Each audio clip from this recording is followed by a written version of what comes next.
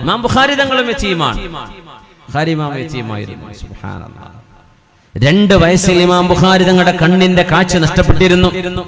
2 വയസ്സായപ്പോ കുഞ്ഞിനൊന്നും കാണുന്നില്ല എന്ന് ഉമ്മക്ക് മനസ്സിലായി.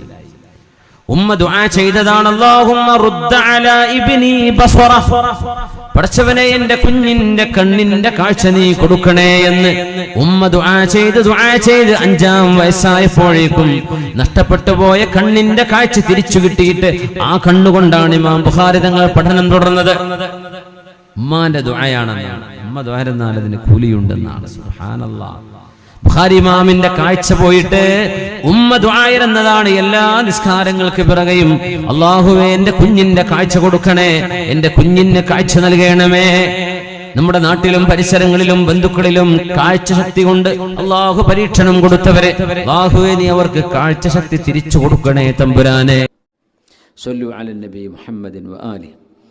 അല്ലാഹുമ്മ സ്വല്ലി അലാ സയ്യിദിനാ മുഹമ്മദിൻ വഅലാ ആലി സയ്യിദിനാ മുഹമ്മദിൻ വബാരിക് വസല്ലിം അലൈഹി.